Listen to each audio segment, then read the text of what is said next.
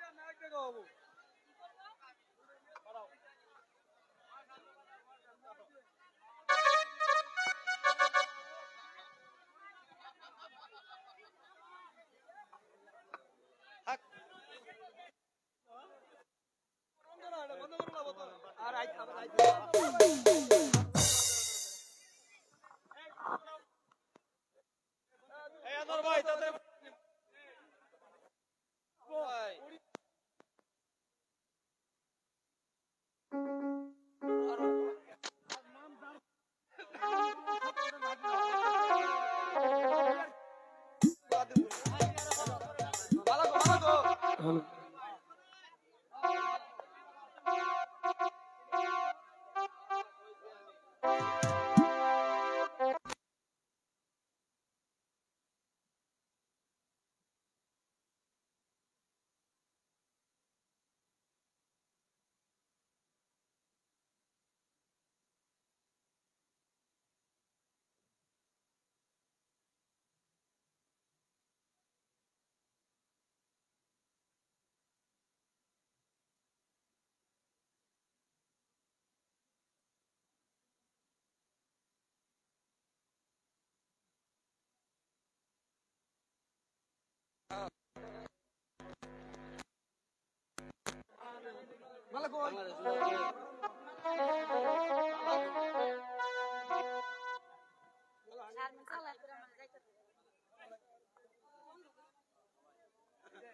মালা মালা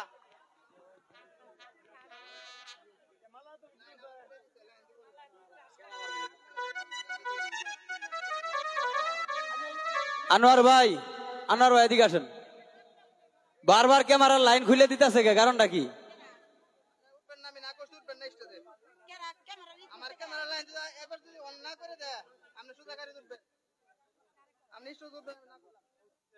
camera line আবার খুলে দিছে। জানো যদি জানানো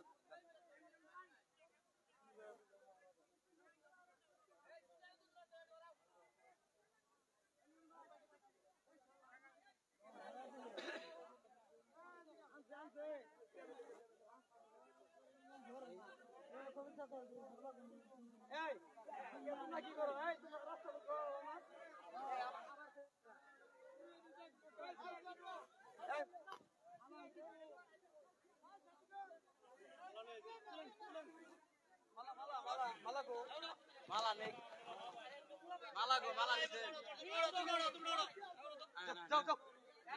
বাংলাদেশ দিবে না বাড়ি। হ্যালো হ্যালো ঠিক hello hello hello hello hello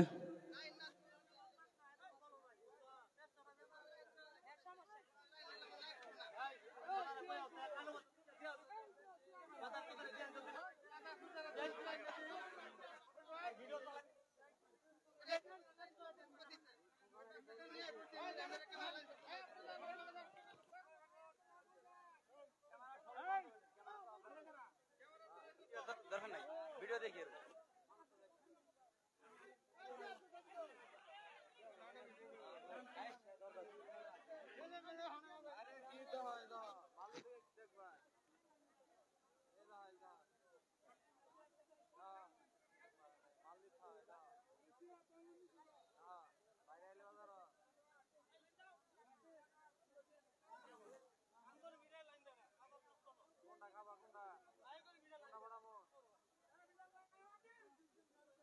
তুমি ওটা তোমার লাইন তো চলবো, তুমি যাওয়ার চিন্তা করো, যাও।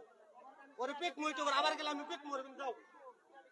হ্যালো হ্যালো ঠিক হ্যালো হ্যালো হ্যালো হ্যালো যাও যাও যাও। ওরে পিক খতম করে ওরে পিক আর পরে পিটা দেবো, যাও ওটা। এই মালা আইছে, এই মালা দে, দুইটা করে মালা নাও, দুইটা করে মালা নাও। ওটা মালা আমার না, এই তুমি ওটা আমার মালা না না খাইলে আমি শুরু করছি না। একটা তের মাঝে কথা বাঁচাবেন, সামনে বসা ঠিক আছে। টাকা দেয়ার সামনে কিছু দিন না ওটা কোনো বালি করে। আরে মালা হ্যালো বাংলাদেশ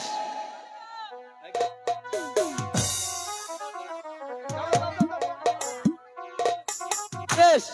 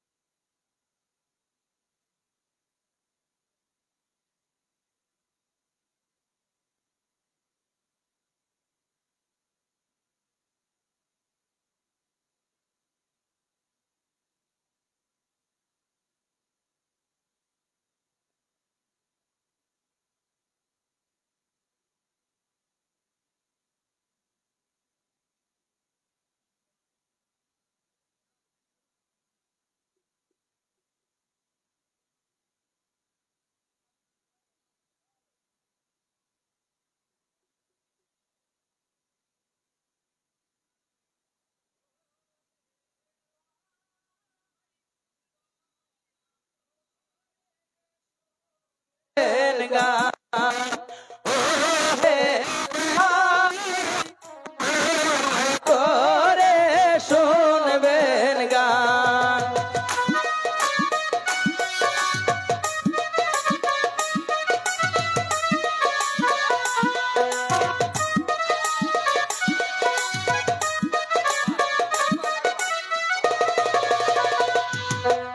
ও হে মতির নাম রহিম মাস্টার সভাপতির নাম রহিম মাস্টার তাহার বাসস্থান তাহারে লইয়া বংশী দলের গান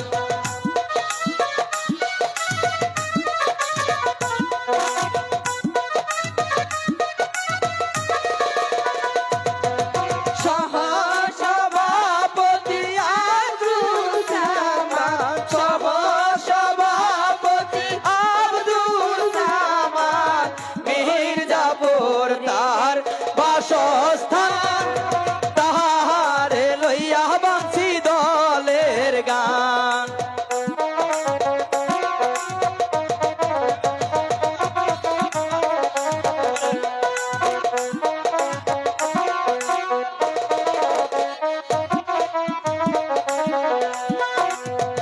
ম্যানেজারের নাম রফিকুল মিয়া ম্যানেজারের নাম রফিকুল মিয়া নিহিতলি তাহার বাসস্থান তাহারে লইয়া বংশী দলের গান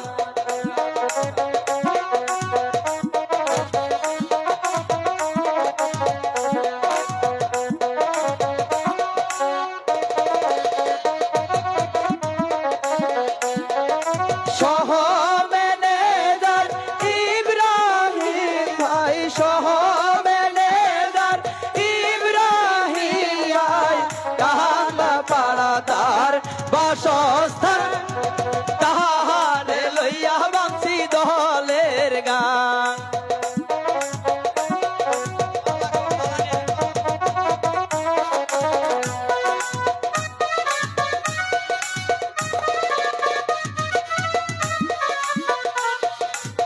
সেক্রেটারির নাম মালিক মিয়া সেক্রেটারির নাম মালিক মিয়া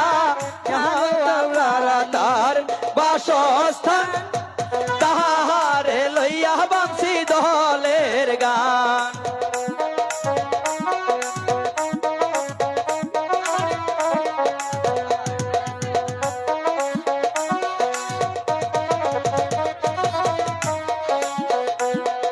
সহ সেক্রেটারি হাফিজ মোল্লা সহ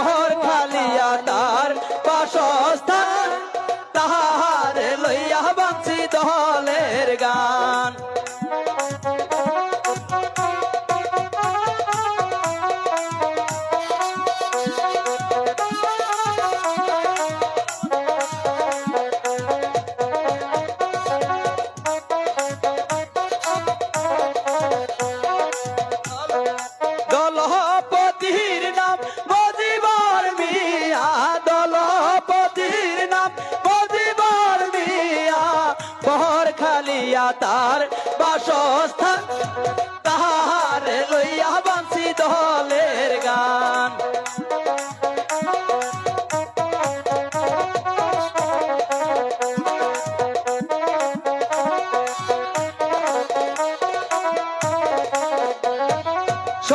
সহদলপতি মুখলেশ মিয়া সহদলপতি মুখলেশ মিয়া হরিপুর তাহার বাসস্থান তাহারে লইয়া বাঁশি দলের গান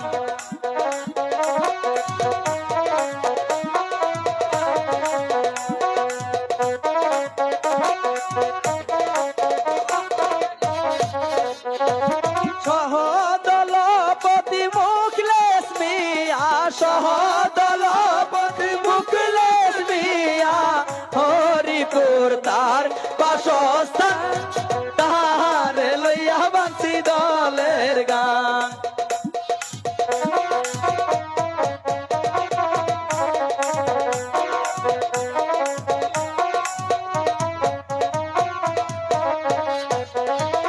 অধিকারের নাম বিল্লালউদ্দিন অধিকারের নাম বিল্লালউদ্দিন বাহিরা পারা তার বাসস্থান তাহারে লইয়া বাঁশি দলের গান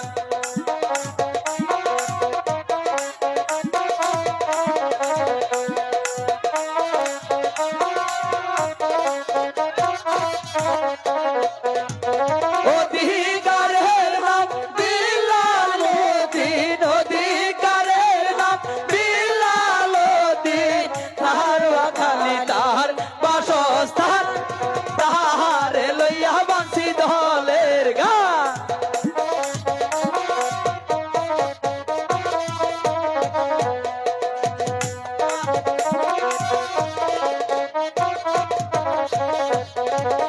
প্রজেজনের নাম মঙ্গল আলী প্রজেজনের নাম মঙ্গল আলী পায়রা খালি তাহার বাসস্থান তাহারে লইয়া বাঁশি দলের গান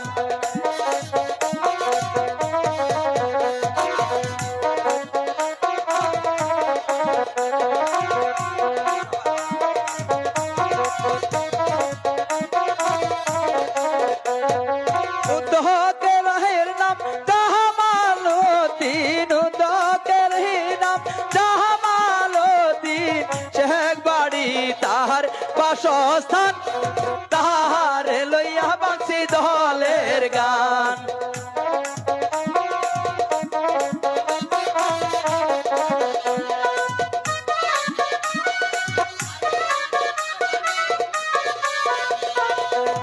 সহঅধিকার নুরুল মিয়া সহঅধিকার নুরুল মিয়া মালা খালি তাহার বাসস্থান তাহারে লইয়া বাঁশি দলের গান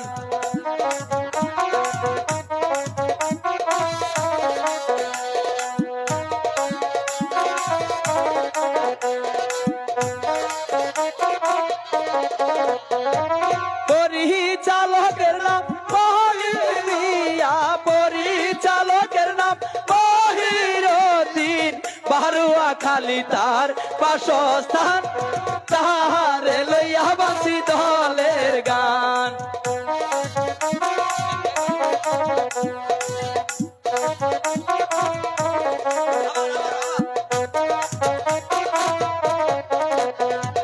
পরিচালকের নাম মহিরুদ্দিন পরিচালকের নাম মহিরুদ্দিন বাইরে খালি তার বাসস্থান তাহারে লইয়া বাঁশি দলের গান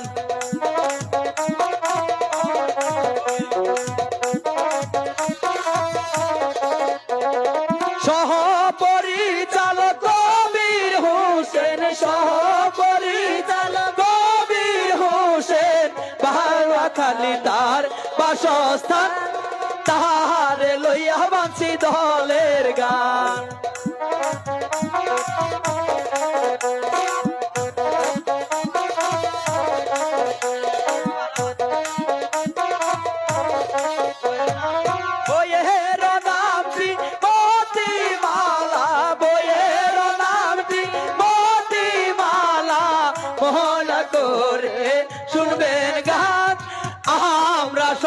বাঁশি দলের গান ও হে ভাই দয়া করে শুনবে গান ও হে ভাই দয়া করে শুনবে গান ও হে ভাই দয়া করে শুনবে গান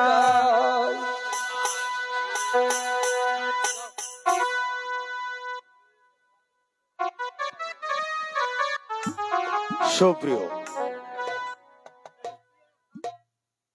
হ্যালো সুপ্রিয় হ্যালো জি হ্যালো সুপ্রিয় যাত্রাপ্রিয় ভাই ও বন্ধুগণ এখনই আমাদের বই শুরু করতে যাচ্ছি একটি কথা স্মরণ রাখবেন আমরা নিত্যবিহীন বই শুরু করতে যাচ্ছি শুরুর আগে বর্তমান সময়ের স্বনাম ধন্য যাত্রা নায়িকা যার নাম বেহুলা নামে পরিচিত বেহুলা শারমিন দুটি অনুরোধের গানের মধ্য দিয়ে আমাদের যাত্রাপালা শুরু হতে যাচ্ছে সুপ্রিয় সুধী আপনারা গান দুটো শুনুন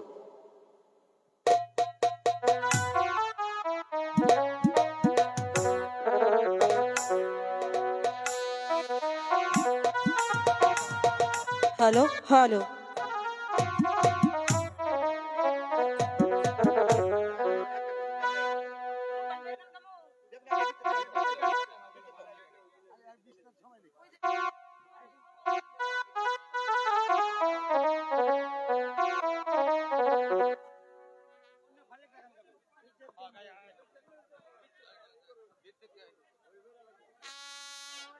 হ্যালো হ্যালো হ্যালো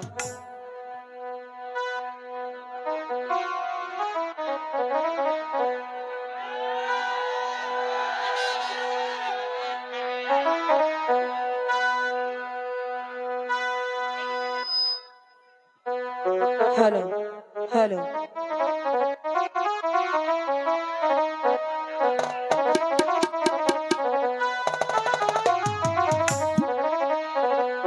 এই কি প্রেমের না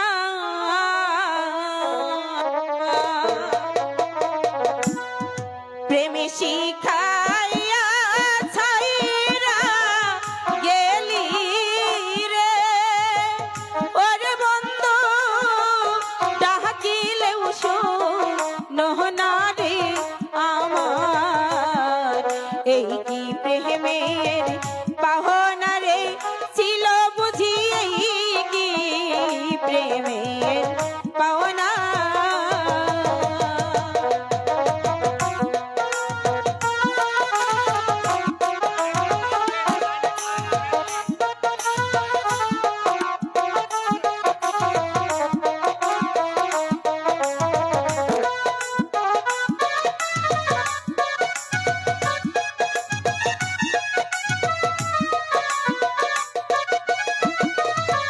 ওরে এত দিনে বুঝলাম বন্ধু আমি তোমার কেউ না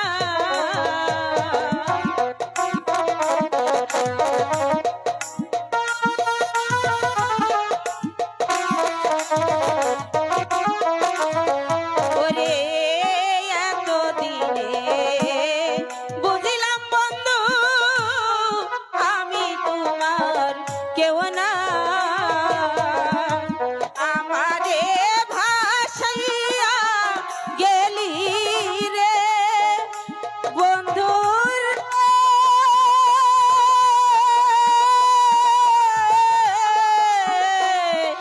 আমারে ভাসাইয়া গেলি রে ওরে যেমন সাগরেরই বেহলা রে আমার এই কি প্রেমের পাওনা রে ছিল বুঝি এই কি প্রেমের পাওনা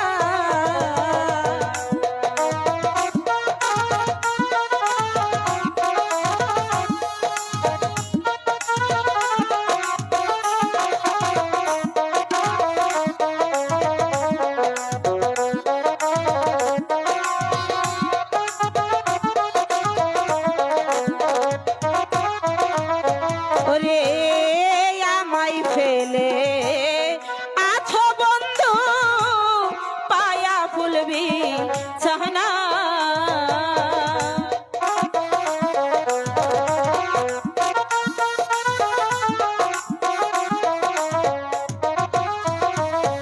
ওরে আমায় ফেলে আছো বন্ধুকার পায়া ভুলবি ছানা আমারে কান্দাইয়া গেলি রে বন্ধুর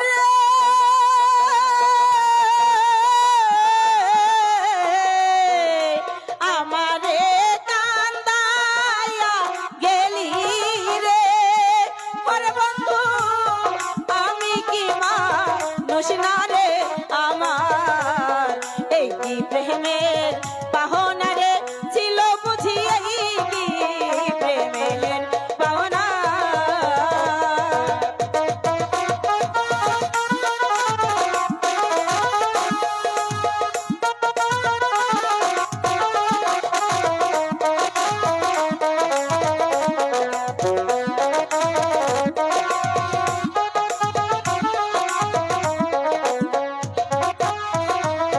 ওরে থাকো বন্ধু সুখে থাকো আমি আর সুখ চাই না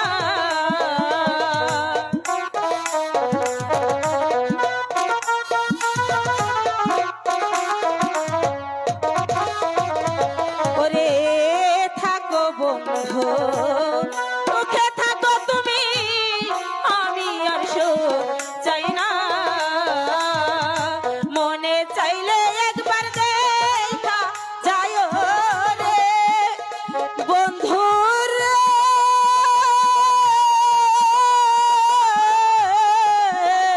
মনে চাইলে একবার দেখা যায় রে ওরে বাউল সালামের তা মোহনা রে আমার এই কি প্রেমের পাহনা রে ছিল বুঝি এই কি প্রেমের পাওনা রে ছিল বুঝি এই কি প্রেমের পাওনা রে ছিল বুঝি এই কি প্রেমের পাওনা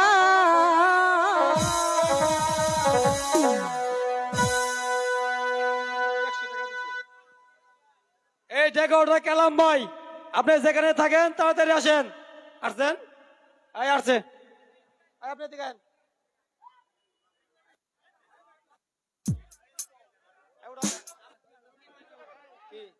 সুপ্রিয় সবাই যখন শয়ন জেগে রয়েছে শুধু বহু দূর দূরান্ত থেকে আগত যাত্রাপ্রিয় ভাই ও বন্ধুগণ, বাইরাকালী আজকে এই ঝিলিমিলি আলোকোজ্জ্বল রঙ্গমঞ্চে এখনই আপনাদের মাঝে আমরা যে বইটি উপহার দিতে যাচ্ছি, এবার বাংলার প্রখ্যাত নাট্যকার শ্রী হীরেন্দ্র কৃষ্ণ দাস বিরচিত বর্তমান সময়ের স্বনাম ধন্য নাট্য পরিচালক এম মহিউদ্দিন আহমেদ পরিচালিত বর্তমান সময়ের বাংলাদেশের সুপারহিট নায়িকা বিহিলা শারমিন ও নবগত নায়ক সন্ত অভিনীত অপরদিকে শক্তিমান ভয়ঙ্কর ভিলেন অ্যাডভোকেট চিরন মাস্টার ও ভয়ঙ্কর জল্লাদ হারুন রশিদ অভিনীত সম্পূর্ণ ঐতিহাসিক তুমুর যাত্রাপালা মতিমালা।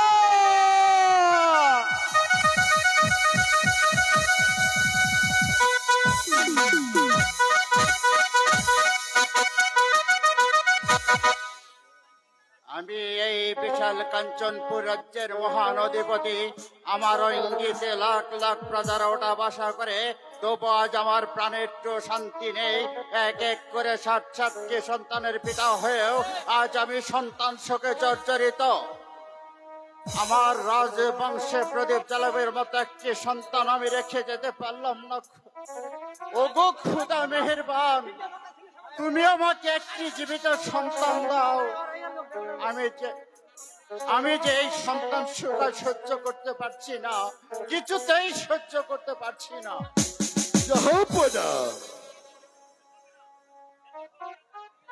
এত সহজে আপনাকে ভেঙে পড়লে চলবে না, আবার আপনি শান্ত হন।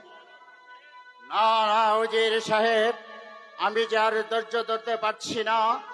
এক এক করে 7টি সন্তানের পিতা হয়েও আজ আমি সন্তান হারা। এই জ্বালা আমি কিছুতেই সহ্য করতে পারছি না।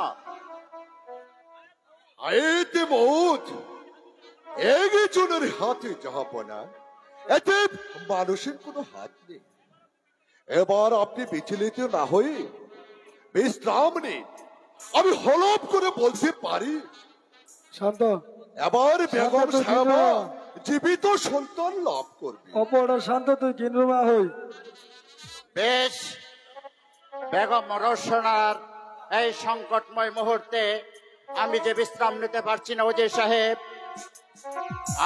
রাত্রির মুখে কোনো মঙ্গল সংবাদ না শোনা পর্যন্ত আমি বিশ্রাম নিতে পারি না।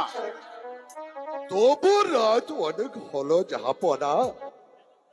বেগম সাহেবের সন্তান জন্ম দেওয়ার সাথে সাথে আমি আপনাকে খবর পৌঁছে দেব জাহাপনা। আপনি এবার বিশ্রাম করুন। বেশ, আপনার যুক্তিটা আমি মেনে নিলাম। তবে বেগম সাহেবার সন্তান প্রসবের সাথে সাথে আমার কাছে সংবাদটা যেন পৌঁছে যায়। Hello hello hello hello hello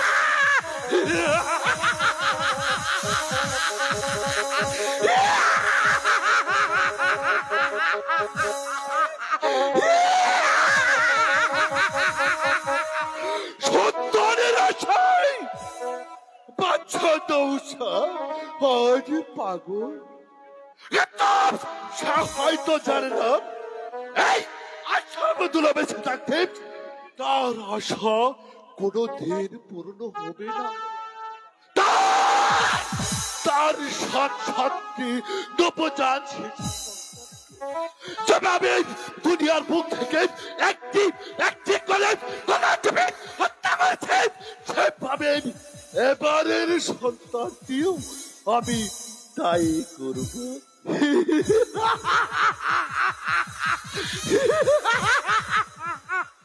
নইলে আমার এতদিনের সাধনার ফল ব্যর্থ হয়ে যাবে।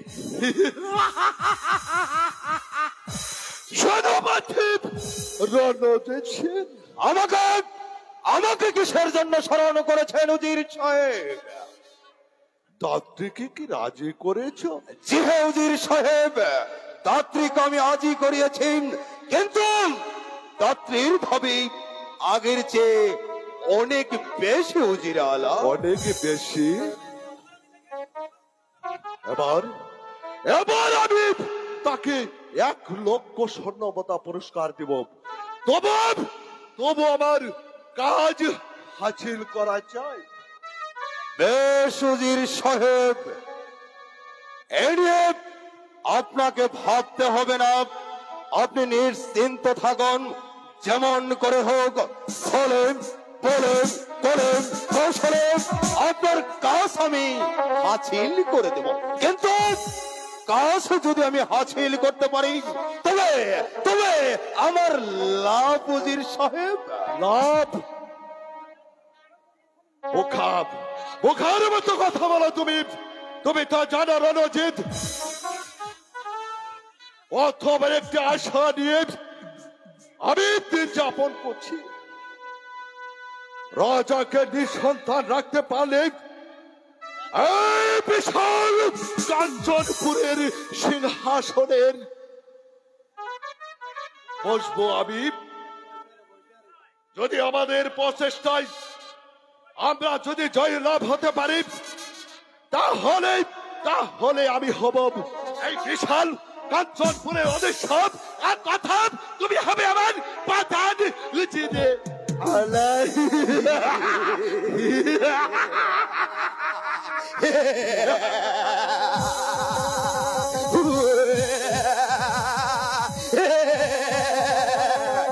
আপনার মেহরবানি উজির সাহেব।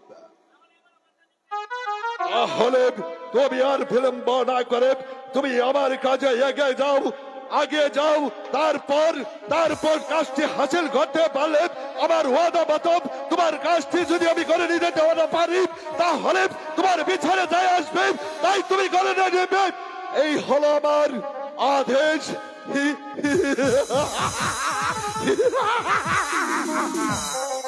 উজির সাহেব, আমি বলছিলাম তো উজির সাহেব, এক এক বাদশার সাত্রী নবজাতক সন্তানকে তো আমরা দুনিয়ার বুক থেকে সরিয়ে দিয়েছি। আচ্ছা,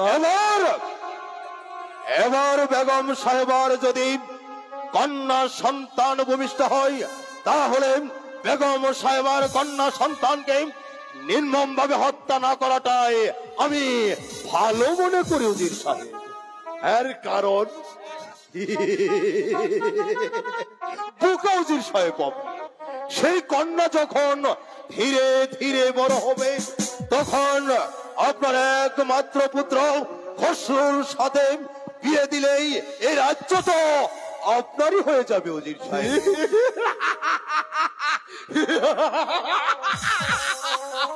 প্রস্তাবটা নেহাত মন্দ নয়।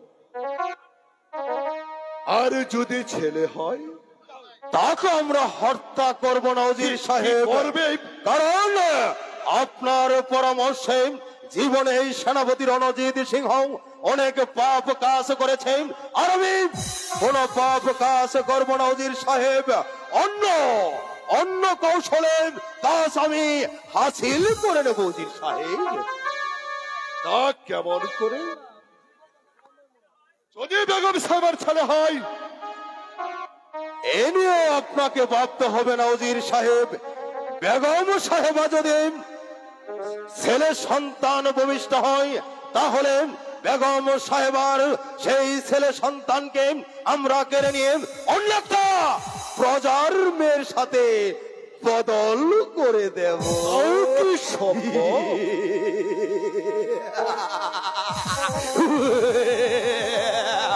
এ নিয়ে আপনাকে ভাবতে হবে না উজির সাহেব। সেই দায়িত্ব এই কাঞ্চনপুর রাজ্যের বীর বাহাদুর সেনাপতি রণজিৎ সিংহের কাছে আপনি আমার উপর দায়িত্ব ছেড়ে দেন, দেখবেন কেমন কৌশলে কাজ আমি হাসিল করে নি। তবে যাবার আগে আপনাকে আমি একটি কথা বলে যাচ্ছি উজির সাহেব, একটি কথা ভালো করে মনোযোগ দিয়ে শুনবেন। আচ্ছা, আপনি আমার সাথে যে ওয়াদা করলেন, প্রতিশ্রুতি করলেন, যদি আর এক চোল পরিমাণ নড়চড় হয়, তাহলে কাঞ্চনপুর রাজ্যের সবাই আপনাকে ক্ষমা করলেও এই বীর বাহাদুর সেনাপতি রণজিৎ সিংহের হাতিয়ার আপনাকে ক্ষমা করবে না। অতএব সাবধান, বহুত বহুত হুঁশিয়ার হো, সাবধান।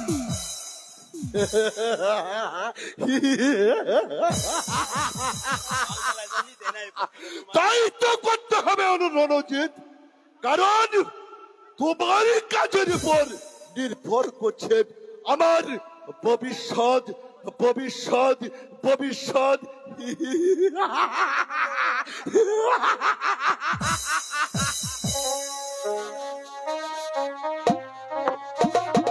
রাস্তায়, হ্যালো, রাস্তায় জাম লেগেছে, রাস্তা ক্লিয়ার করে দেন। এই সম্মানিত দর্শক মন্ডলী, কবির, সম্মানিত দর্শক মন্ডলী, দূর দূরান্ত থেকে আগত তারা যারা রাস্তায় গাড়ি রাখছেন, রাস্তাটা ক্লিয়ার করে দেন। সামনে গাড়ি রাখার জায়গা আছে, একটু সামনে আগান, গাড়ি রাখার জায়গা আছে, রাস্তাটা ক্লিয়ার করে দেন।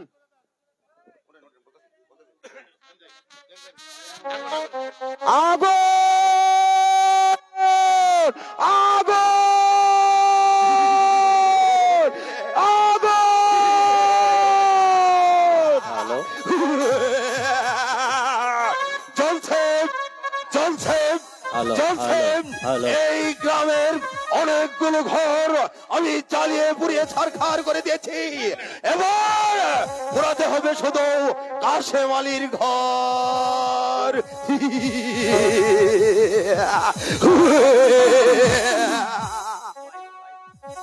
Hello, hello.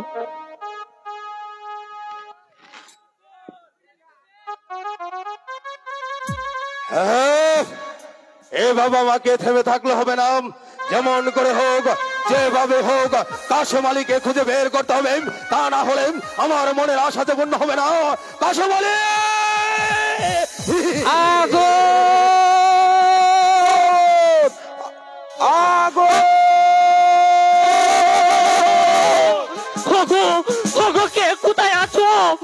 আমার আমার সব কিছু পুরো শেষ হয়ে গেল। ওগো ওগো তুমি এসো, আমার পুরো সব শেষ করে দিলো।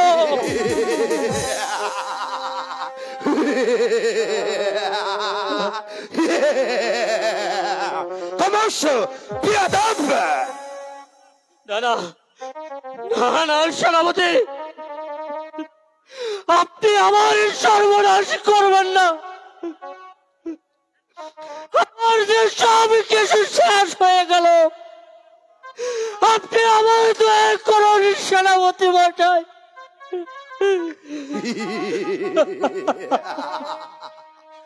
তোর কথা আমি শুনতে চাই না। আমি তুই যদি আমার কথা না শুনিস, তাহলে পূর্বের পাশের ঘরটা আমি আগুন দিয়ে জ্বালিয়ে পুড়িয়ে ছারখার করে দেব। না, আমি আমি আপনার দুটি পায়ে ধরে বলছি, ওই ঘরটায় আগুন দেবেন না, তাহলে যে আমার সব শেষ হয়ে যাবে। আপনি আপনি আমায় দয়া করুন সেনাপতি মশাই, আপনি আমাকে দয়া করুন।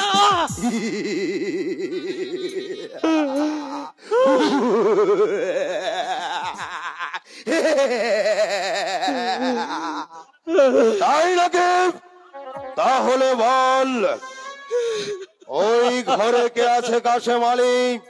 বল বল কাশেম আলী, আমার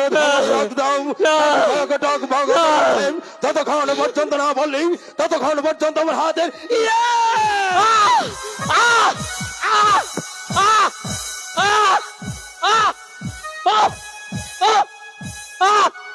বল বল কাশেম আলী।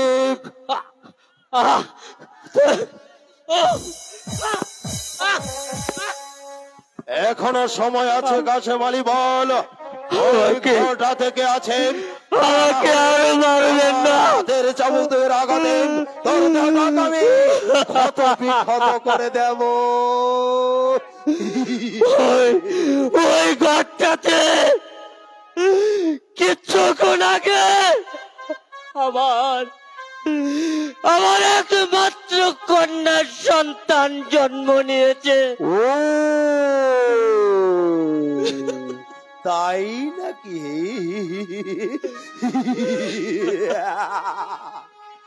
শোন শোন কাশেম আলী, শোন, তোর কন্যা সন্তানটা যে আমার বিশেষ প্রয়োজন। বল তাকে আমার হাতে তুলে দিবি কিনা বল। আমি কিছুতেই তুলে দিতে পারবো না সেনাপতি মশাই। তাই তো আমি ওই মাতৃহারা সন্তানকে নিয়ে আপনার হাতে তুলে দিতে পারবো না।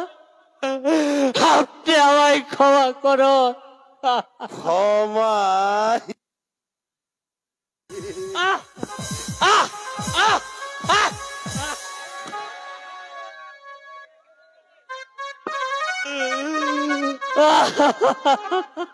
না না,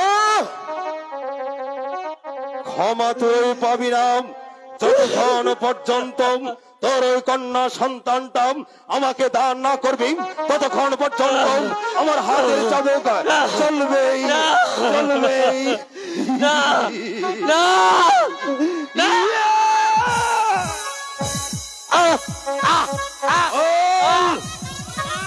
বল কাশেম আলী, বল এখনো সময় আছে, সন্তানটি আমায় দান কর।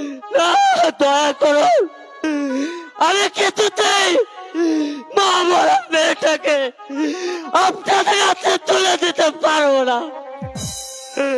তাই নাকি? হ্যাঁ ঠিক আছে, আমার কথায় রাজি না হলে ওই ঘরে যে তোর কন্যা সন্তানটি রয়েছে, আমি গ্রামের সমস্ত বাড়িঘর যেভাবে জ্বালিয়ে দিয়েছি, তুই যদি আমার কথায় রাজি না হস, তাহলে তোর সন্তানটি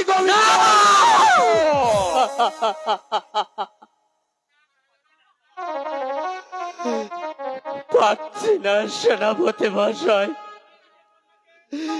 পিতা হয়ে নিজের কন্যাকে অন্যের হাতে তুলে দিতে আপনি আমাকে ক্ষমা করুন। শোন শোন কাশেম আলী, তোর সন্তানকে তো সত্যি বাঁচাতে চাস, তাহলে আমার হাতে তাকে তুলে দিতে হবে। আর শোন, তোর কন্যা সন্তানের বদলে তুই যদি এই সেনাপতি রণজিৎ সিংহের কথায় রাজি হয়ে যাস, তাহলে কন্যা সন্তানের বদলে তোকে আমি দেবো একটি সুন্দর পুত্র সন্তান, আর তার সঙ্গে তোকে আমি দেব 1 লক্ষ স্বর্ণ মুদ্রাম পুরস্কার। বল কাশেম আলী, বল, এখনো সময় আছে, ভালো করে ভেবে চিনতে বল আমার প্রস্তাব।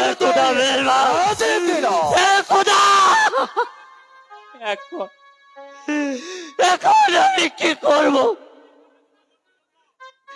নিজের কন্যাকে বাঁচানোর জন্য হাতে পিতা হয়ে অন্যের হাতে তুলে দিতে হয়েছে আমাকে। শোন কাশেম আলী, তুই আমার প্রস্তাবে রাজি কিনা আমাকে ভালো করে খুলে বল। শোন কাশেম আলী, আর একবার যদি না কথাটা তোর মুখ দিয়ে শুনি, তাহলে আমি তোকে খুন করে ফেলবো। খোদা, এখন আমি কি করব? আমার সন্তানকে বাঁচাতে হলে তার হাতে যে তুলে দিতেই হবে। আমি রাজি সেনাপতি মশাই, আমার সন্তানকে বাঁচাতে হবে।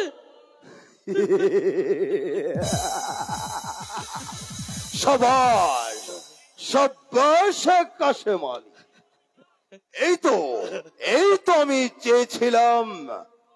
শোন কাশেম আলী, দাত্রীমা নিজে এসে তোর কাছে ছেলে সন্তানটি দিয়ে তোর কন্যা সন্তানটি নিয়ে যাবে।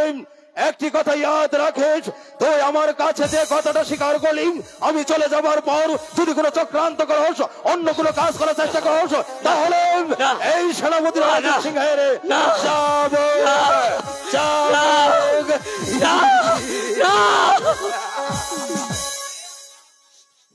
খোদা, এই দুনিয়াতে গরিব হয়েছি, জন্মেছি বলে আজ নিজে কন্যাকে অর্থের বিনিময়ে অন্যের হাতে তুলে দিতে হচ্ছে। তুমি আমাকে রক্ষা করো খোদা, তুমি আমার একমাত্র মেয়ে, সহায় থেকো খোদা, সহায় থেকো।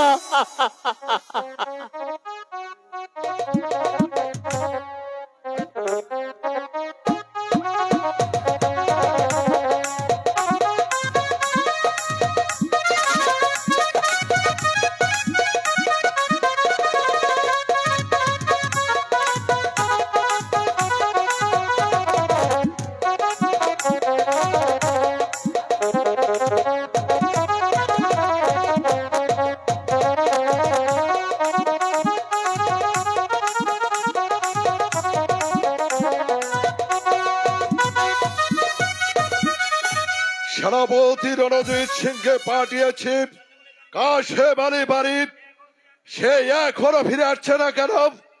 এদিকে যে সব সমস্যা হয়ে যাচ্ছে, তাহলে কি সেনাপতির রণজিৎ সিং তার কাজে কি ব্যর্থ হয়ে গেছে?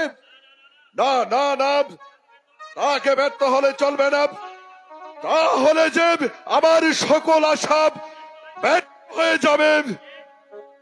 যে কিছুর বিনিময়ে হোক কাঞ্চনপুরের সিংহাসন আমার চাই।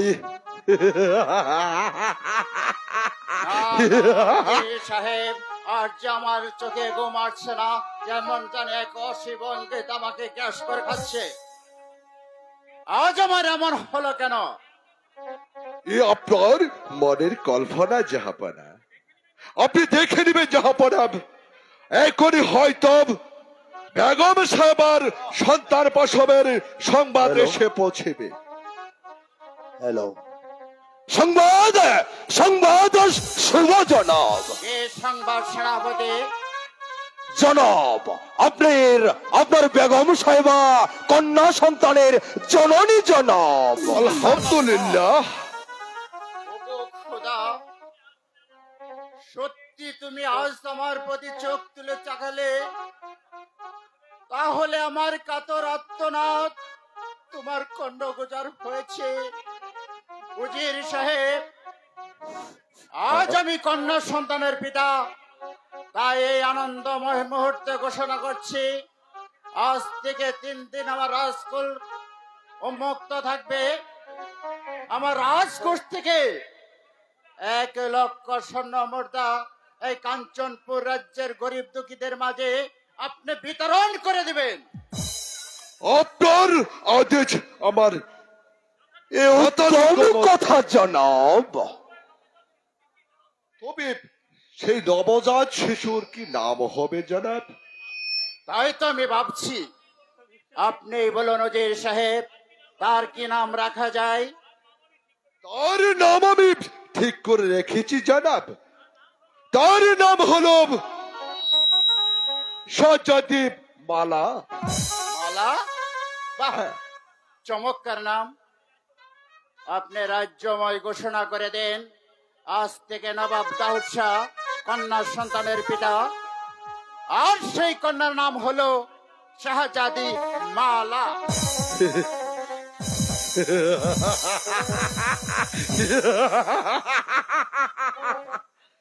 সত্যি সত্যি রণজিৎ, তোমার বুদ্ধির প্রশংসাটাই করতে হয়। তবে যে মেঘে এনেছ সেই তার পিতার নাম? উজির সাহেব, তার পিতার নাম হচ্ছে কাশেম আলী চাষা। সে খুবই দরিদ্র প্রজা। অর্থের লোভে, টাকা পয়সার লোভে তার একমাত্র পুত্র সন্তানকে আমার হাতে তুলে দিতে বাধ্য হয়েছে উজির সাহেব। কোথায় কোথায় সেনাপতি মশাই? সেনাপতি মশাই,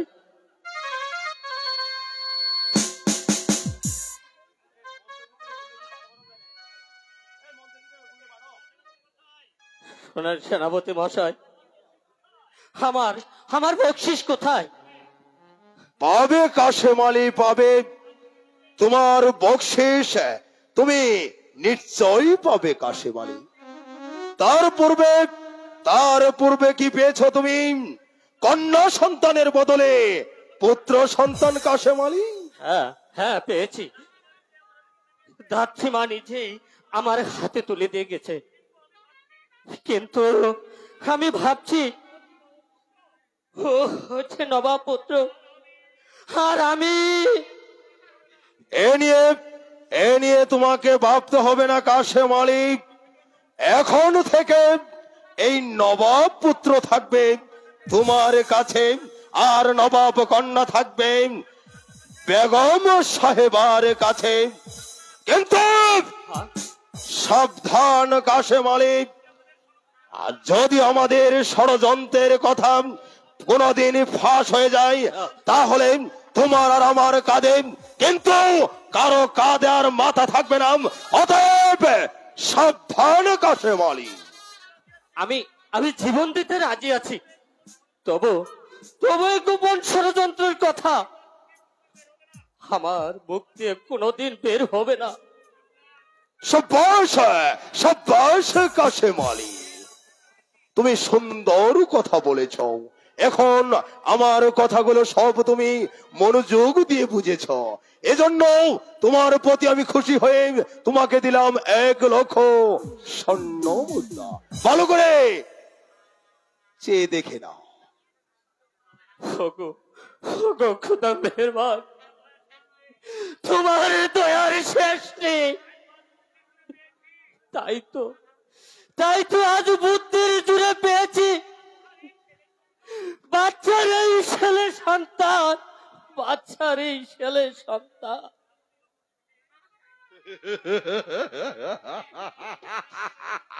সেনাপতির রঞ্জিত সিং, বলুন উজির সাহেব। আমি ভাবছি আমাদের এই গোপন রহস্য যদি কোনোদিন ফাঁস হয়ে যায়, তাহলে জাহাপনার বিচার থেকে তুমি আমি কেউ রেহাই পাবো না। অসম্ভব উজির সাহেব। একটি কথা ইয়াদ রাখবেন উজির সাহেব, পাপ পথে যখন পা আমি বাড়িয়েছি, ধর্মের ভয় এই সেনাপতি রণজিৎ সিংহ করবে না। একটি কথা ইয়াদ রাখবেন, জাহাপনা যদি আমাদের ষড়যন্ত্রের কথা জানতে পারেন, আমাদেরকে যদি বিচার করার চেষ্টা করেন, প্রয়োজন হলে বাদশা দাউদ শাহ কামরান দুনিয়ার বুক থেকে বিদায় করে দেব। এ নিয়ে আপনাকে ভাবতে হবে না উজির সাহেব। তাহলে চলো আমরা আমাদের কাজে এগিয়ে যাই। তাই চলুন উজির সাহেব, তাই চলুন আমরা আমাদের কর্তব্য কাজে এগিয়ে যাব উজির সাহেব।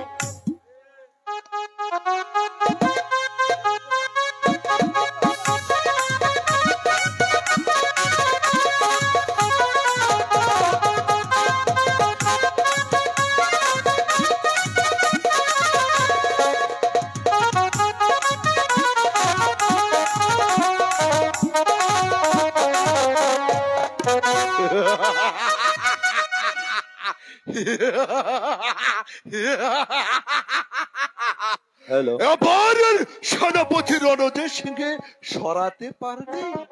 আবার চলার পথ হবে একেবারে পরিষ্কার। সেনাপতি থেকে উজির হওয়ার আশায় সেও সাধ্যের যুদ্ধে গা ভাসিয়ে দিয়েছে। সে হয়তো বুঝতে পারেনি যে উজির আসাব দোলাভ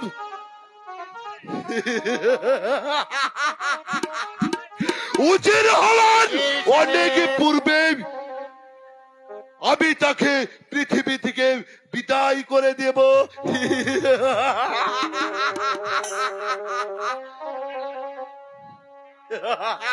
উজির সাহেব, আমার এই বিশাল কাঞ্চনপুর রাজ্যেরা নিশ্চয় সুখে দিন আদিবাদ করছে। আপনার অনুমান সত্য জাহাপনা, তবে বলুন কি হয়েছে উজির সাহেব? কসর মাফ করবেন জনাব, আজ কিছুদিন যাবৎ রাজ সৈন্যদের মাঝে বিরাট বিশৃঙ্খলা দেখা দিয়েছে। ওদের মাঝে অনেকেই সেনাপতি রণজিতের বশ্যতা স্বীকার করছে না জানাব। সেনাপতি রণজিৎ সিংহের দুর্বলতা, অর্থাৎ প্রথমত বৃদ্ধকালে তার দৈহিক দুর্বলতা, আর দ্বিতীয়ত তার বিবেক শক্তির হ্রাস পাওয়ায় নৈতিক পরিবর্তন জানায়। আপনার কথাগুলো আজ আমাকে বেশ ভাবিয়ে তুলেছে। রাজ সৈন্যরা যদি তার বশ্যতা মেনে না নেয়, তাহলে আমার রাজ্য চলবে কেমন করে? তাহলে কি বিশ্বাসে না হয় জানাব, আপনি শক্তির পরীক্ষাটা নেন জানাব। হ্যাঁ হ্যাঁ, আমি তাই করব। তাই কে আছিস? সেনাপতির পুত্র খসরুকে রাজদরবারে পাঠিয়ে দে।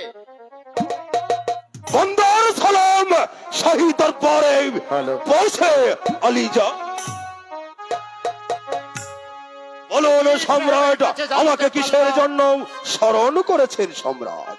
উজির সাহেবের কাছে জানতে পারলাম রাজ সৈন্যরা নাকি আপনার বশ্যতা মেনে নিচ্ছে না, তারা নাকি আপনার বিরুদ্ধে বিদ্রোহ হয়ে উঠেছে। এর অর্থ আপনার দৈহিক দুর্বলতা। এ সম্পূর্ণ মিথ্যে কথা জাহাপনা। এ হচ্ছে উজির সাহেবের পরিকল্পিত কথা। আমি বিদ্ধ হতে পারি, এখন আমার বাহুতে শক্তি কমে যায়নি, এখন আমার দুটি বাহুতে অনেক শক্তি রয়েছে। আপনি বিশ্বাস না হলে এ রাজ্যের যে কোনো ব্যক্তি, যে কোনো লোক যদি আমার সাথে তোর বাড়ি ধরে আমাকে হেলাতে পারবে না জনাব। প্রয়োজন হলে আপনার সম্মুখ আমি তোর বাড়ি ধরতে প্রস্তুত আছি, শক্তির পরীক্ষা দিতে প্রস্তুত আছি জনাব। আমিও সেই পরীক্ষায় নিতে চাই। আই কে আছিস? উজির খসরুকে দরবারে পাঠিয়ে দে। বান্দর সালাম গ্রহণ করেন আলীজা, কি হুকুম করবেন? সেনাপতি রণজিতের সঙ্গে সাথে তোমার অস্ত্র চালনার পরীক্ষা নিতে চাই। জাহাপনা, আপনার অনুমতি পেলে ওই সেনাপতি রণজিৎ একা ওর মতো 10টা সেনাপতির সাথে কোনো লড়াই করতে আমার দেহে এক বিন্দু বাঁধবে না। বেশ, আমি তোমাকে অনুমতি দিলাম। এই মুহূর্তে তুমি তার শক্তির পরীক্ষা নাও। ঠিক আছে জনাব, ঠিক আছে। আমিও সেনাপতি রণজিৎ সিংহ, আমার হাতে তোর বাড়ি থাকতে সামান্য একটা বালকের কাছে অজির পুত্র খসরুর সাথে অতি সহজে পরাজয় বরণ করবো না। ধরো খসরু, আমিও দেখতে চাই তোমার বাহুতে কত শক্তি। এই মুহূর্তে সেই শক্তির পরীক্ষা হয়ে যায়। এই খসরুর সাথে মোকাবেলা করতে হলে এই তার পানি নিচে তোমার মাথা বাড়িয়ে দিতে হবে।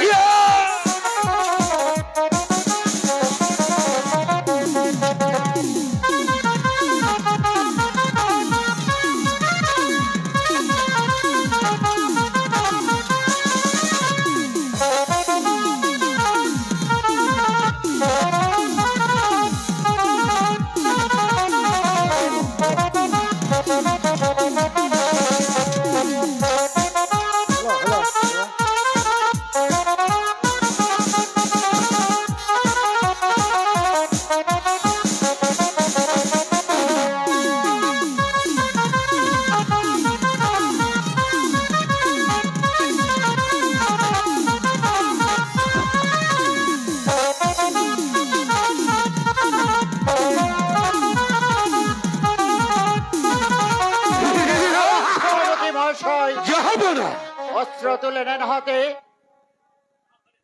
তা হয় না জাহাপনা, তা হয় না। সেই সেনাপতি রণজিৎ সিংহের কাছ থেকে যে তরবারি আজ খসে পড়েছে, সেই হাত দিয়ে আপনার দেওয়া শাহী সম্মানিত তরবারি আমি আর কোনদিন প্রশ্ন করব না। যা বলে আপনার চাকরি থেকে আমি ইস্তফা দিয়ে আমি প্রাসাদের বাইরে চলে যাব, সেখানে সাধারণ প্রজাদের ন্যায় আমি জীবন যাপন করব।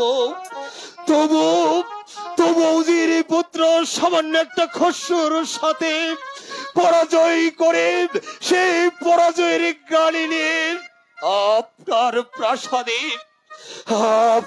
প্রাসাদে আমি আর সেনাপতিত্ব করতে চাই না। যাব না, আমি আর সেনাপতিত্ব করতে চাই না। বিদায়, যাব না, বিদায়। চক্রান্ত, আপনি আমাকে পিছু ডাকবেন না জাহাপনা, আপনি আমাকে পিছু ডাকবেন না। তবু আমি আপনার গোলাম ছিলাম, ছোট কাল থেকে আপনার প্রাসাদে বড় হয়েছিলাম। আপনি আমার বীরত্ব দেখে আপনি আমাকে সেনাপতির দায়িত্ব দিয়েছিলেন। এতদিন আমি সুন্দর সুষ্ঠুভাবে সেনাপতির দায়িত্ব পালন করেছিলাম। আপনার প্রাসাদে আজ আমি চক্রান্ত দেখতে পাচ্ছি, বিশাল একটা ক্ষতি হয়ে যাবে জাহাপনা। আপনিও সাবধান হয়ে যান জাহাপনা, আপনিও সাবধান হয়ে যান, তাহলে চক্রান্ত থেকে হ্যাঁ জাহাপনা, বিরাট একটা চক্রান্ত কাঞ্চনপুরাস প্রাসাদ আমি দেখতে পাচ্ছি। যা আমি জেনে মুখ ফুটে বলতে পারছি না জাহাপনা। তবে জাহাপনা আমি আপনাকে অনুরোধ করে বলে যাচ্ছি জাহাপনা, এখনো সময় আছে জাহাপনা, আপনি সাবধান হয়ে যান, তা না হলে যে আপনার বড় ক্ষতি হয়ে যাবে জাহাপনা। বিদায় জাহাপনা। সেনাপতি মহাশয়,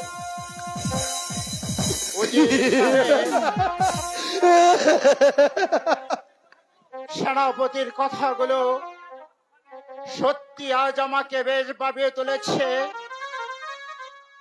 এই নিয়ে আপনি এত বিচলিত হবেন না জাহাপনা। খসরু বাবা খসরুর নিকট পরাজয় হয়ে সেই তো বিবেক শক্তি হারিয়ে ফেলেছে। থাক ওসব কথা, এবার সেনাপতির পথ আর শূন্য রাখা যায় না। তাই বলছিলাম কি, আপাতত আমার গণদর বীর পুরুষ খসরু দিয়ে আপাতত সেনাপতির দায়িত্বটা তুলে দিলে হতো না জানাব? আপনি যদি ভালো মনে করেন তাতে আমার কোনো আপত্তি নেই। বাবা খসরু। আব্বা হুজুর।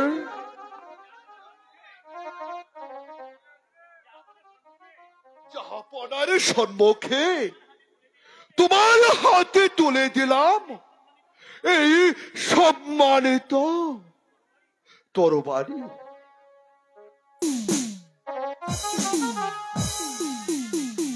আশা করি আমি যেভাবে জাহাপনার সাথে থেকে যে দায়িত্বটা পালন করে যাচ্ছি, তুমিও ঠিক সেইভাবেই রাজ্যটা পরিচালনা করবে। আব্বা হুজুর, আপনি যখন জাহাপনার সম্মুখে দাঁড়িয়ে জাহাপনার এই সম্মানিত তরবারি আমার হাতে তুলে দিয়েছেন, তখন আমি এই তরবারি স্পর্শ করে বলছি, জাহাপনার ইজ্জত রক্ষার্থে আজ থেকে এই নতুন সেনাপতি খসরু জান দেবে, তবে ইজ্জত দেবে না, ইজ্জত দেবে না। সাব্বাস পুত্র খসরু, সাব্বাস। আপনি এবার আসুন নজির সাহেব, আমাকে একটু ভাবতে দিন। তাই যাচ্ছে জাহাপনার, তাই যাচ্ছে।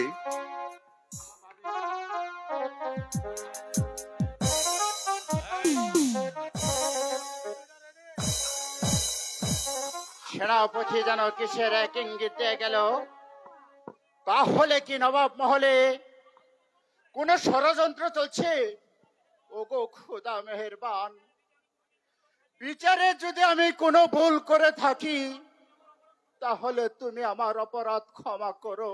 একা একা কি ভাবছেন জাহাপনা? ভাবছি অনেক কথা। হ্যাঁ, মালা কোথায়? মালাকে তো অনেকক্ষণ হলো দেখতে পাচ্ছি না। জানো বেগম, মালাকে না দেখলে দুনিয়াটা যেন আমার চোখের সামনে অন্ধকার হয়ে যায়। তাই তো ওই খোদার দরবারে হাজার শুকরিয়া। অনেক সাধনার পর খোদা আমাদের পরে মুখ তুলে তাকিয়েছেন। মা, মাগো, একি পিতা, মালা, এসো মা, বলো তুমি কি বলবে? আমি না আজ মাঠের পাশে কুঞ্জবনে বেড়াতে যাব। তোমরা আমাকে হাসি মুখে বিদায় দাও মা। সে কি কথা মা মালা, হঠাৎ তুমি কুঞ্জবনে? পিতা, আমার যে বড় সাজ জেগেছে, তাই আমি যাবই। কেন? সেখানে তুমি যাবে কেন? সকালবেলা কুঞ্জবনে ফুটে কত ফুল, তুলব ফুল